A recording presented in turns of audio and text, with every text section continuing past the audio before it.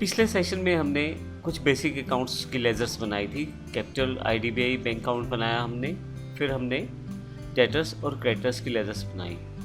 अब हम इस सेशन में हम उससे आगे चलते हैं, परचेज, सेल्स, टैक्सेस और स्टॉक्स के लिए जो रिक्वायर्ड लेजर्स हैं वो बनाएंगे। मैंने आपको पहले भी बताया था कि ये सारा का सारा प्रोसेस जो है बेसिक से लेकर एडवांस तक सीखने का है जीएसटी। इस कारण से हम हर एक स्टेप को इंक्लूड कर रहे हैं।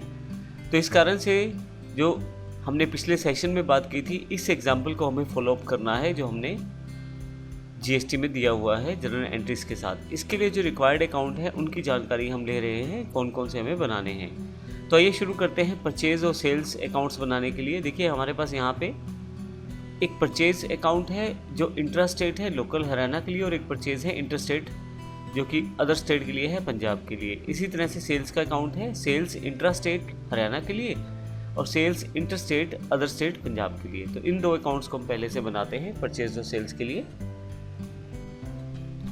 परचेज अकाउंट को बनाने के लिए सबसे पहले यहाँ मैं परचेज टाइप कर देता हूँ। यहाँ पे मैंने नाम डिफाइन कर दिया है, परचेज इंट्रा स्टेट लोकल। यहाँ मैं टाइप कर देता हूँ, एंटर। यह परचेज के हेड के अंदर आना चाहिए, तो यहाँ से परचेज अकाउंट सेलेक्ट कर लेता हूँ।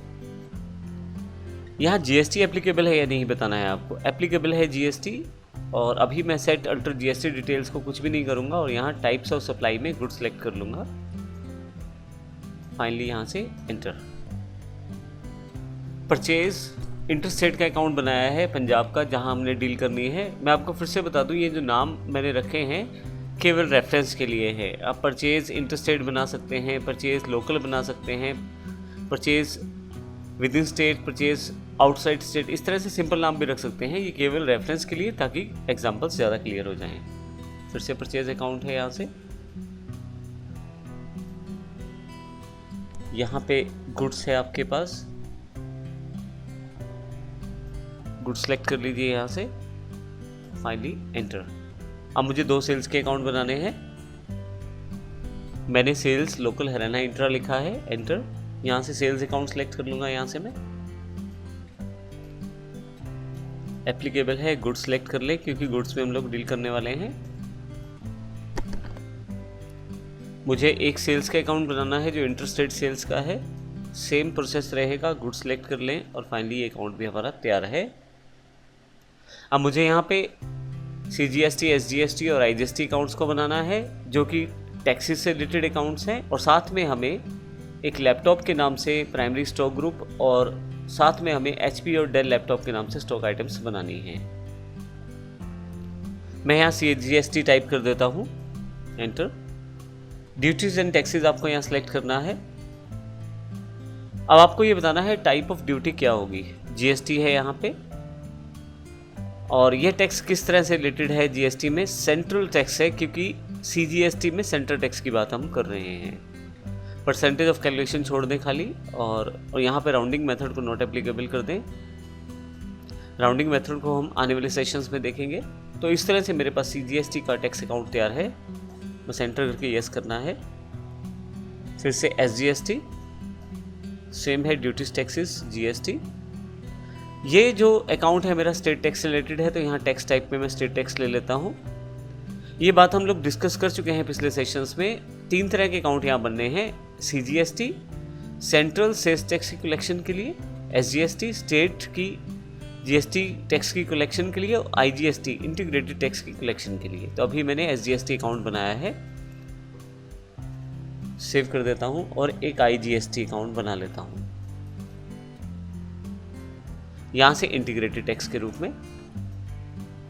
मैं आपको ये भी बता दूं यहाँ पे कि मैंने अभी कॉमन लेजर्स का प्रयोग किया है। अगले सेशन में मैं एक और एग्जांपल लेने वाला हूँ, जिसमें मैं डिफरेंट लेजर यूज़ करने वाला हूँ, इनपुट के लिए अलग से और आउटपुट के लिए अलग से। इनपुट का अर्थ परचेज में जो आपने टैक्स पे किया है उसको इनपुट टैक्स बोलेंगे, और जो आपने आउटपुट टैक्स अर्थात जो सेल से टैक्स कलेक्ट किया है वो आउटपुट टैक्स कहलाएगा।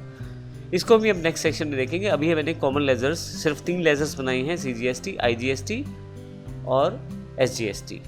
अब मुझे यहाँ पे 2 अकाउंट और बनाने हैं, एक लैपटॉप के लिए और एक स्टॉक आइटम्स के लिए। लैपटॉप जो है वो प्राइमरी स्टॉक ग्रुप है और स्टॉक आइटम्स में हम 2 अकाउंट्स बनाने वाले हैं HP और डेल के लैपटॉप्स के लिए। तो ये देखते हैं किस प्रकार से इनकी एंट्री भी करेंगे। यहाँ पे गेटवे ऑफ टैली में इन्वेंट्री इन्फो का ऑप्शन मेरे पास पहले से उपलब्ध है मास्टर्स के अंतर्गत। अब ध्यान रखिएगा, यदि आपके पास ये ऑप्शन नहीं आ रहा तो आप फीचर्स पे चले जाएं, यहाँ से इन्वेंट्री फीचर्स पे चले जाएं और यहाँ से इंटीग्रेट अकाउंट्स एंड इन्वेंट्री आपके पास यस होना चाहिए। अगर यस नहीं है तो इसे आप यस कर लें, उसके पश्चात आपके पास ये ऑप्शन अवेलेबल हो जाएगा। अब यहाँ इन्वेंट्री इन्फो पर जाकर मैं सबसे पहले एक स्टॉक ग्रुप बना लेता हूँ,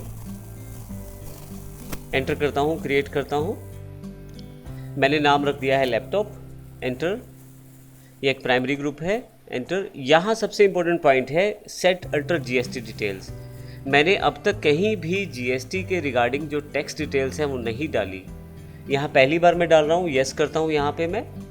आप देखेंगे यहाँ पे काफ़ी सारे ऑप्शंस आपके पास अवेलेबल हो जाएंगे। सबसे पहला है टैक्सेबिलिटी है इस प्रोडक्ट की या नहीं है, क्योंकि इस प्रोडक्ट पे टैक्स लगेगा तो यह एक टैक्सेबल प्रोडक्ट है। मैं यहाँ टैक्सेबल सेलेक्ट कर लेता हूँ। यहाँ आपके पास टैक्स टाइप की जानकारी आपको देनी है, इंटीग्रेटेड टैक्स है, सेंट्रल टैक्स है या स्टेट टैक्स है या सेस है। मैं आपको ये भी बता दूं कि यहाँ पे कुछ ऑप्शंस आप एनेबल डिसेबल कर सकते हैं। उसके लिए शॉर्टकट में F12 की का प्रयोग करें, F12। आपके पास कॉन्फ़िगरेशन ओपन हो जाएगी। यहाँ से आप कुछ चीज़ों को ऑन ऑफ कर सकते हैं, जैसे HSN कोड अगर आप प्रोडक्ट के लिए डालना चाहते हैं तो यस कर दें, और इसी तरह से show all GST tax types को भी मैंने यहाँ यस किया हुआ है। अगर आपके पास केवल एक टैक्स ही दिखा रहा है तो यहाँ से आप show all GST tax type को यस कर देंगे तो फिर आपके पास सभी टैक्सेस यहाँ दिखाना शुरू कर देगा। अब मुझे पता है कि मेरे लैपटॉप पे 18% टैक्स है, मैं 18% एंटर कर देता हूँ। जैसे ही एंटर करूँगा सेंट्रल टैक्स और स्टेट टैक्स को खुद ही यह फिल कर देगा। इस तरह से टैक्स डिटेल पहली बार मैंने फिल की है यहाँ पे। तो अब मैं यहाँ एंटर करते हुए आगे आ जाता हूँ और यस कर देता हूँ, एस्केप कर लेता हूँ। अब मुझे एक यूनिट क्रिएट करना है क्योंकि स्टॉक आइटम्स मुझे बनाना है, तो एक यूनिट बना लेता हूँ। मैंने एक यूनिट क्रिएट किया है, सिंपल यूनिट है। टाइप सिंबल मैंने PCS कर दिया है, फॉर्मल नेम PCs है और यहाँ एंटर करके यस कर देता हूँ, एस्केप करके वापस आ जाता हूँ। अब मुझे 2 आइटम्स क्रिएट करनी है, स्टॉक आइटम्स क्रिएट। सबसे पहले मुझे HP लैपटॉप्स हैं उसकी आइटम क्रिएट करनी है, एंटर कर देता हूँ यहाँ से। प्राइमरी के बजाय अब ये लैपटॉप के अंडर आ जाएगा क्योंकि लैपटॉप है। यूनिट में PCs आ जाएगा, GST एप्लीकेबल है। अभी यहाँ पे कोई भी GST डिटेल्स मुझे एंटर नहीं करनी है। और फाइनली यहाँ से गुड सेलेक्ट करके मैं सबमिट कर देता हूँ। इसी तरह से डेल लैपटॉप की भी एक आइटम बना लेता हूँ मैं। सेम जो चीज़ें हैं उसी तरह से रहेंगी।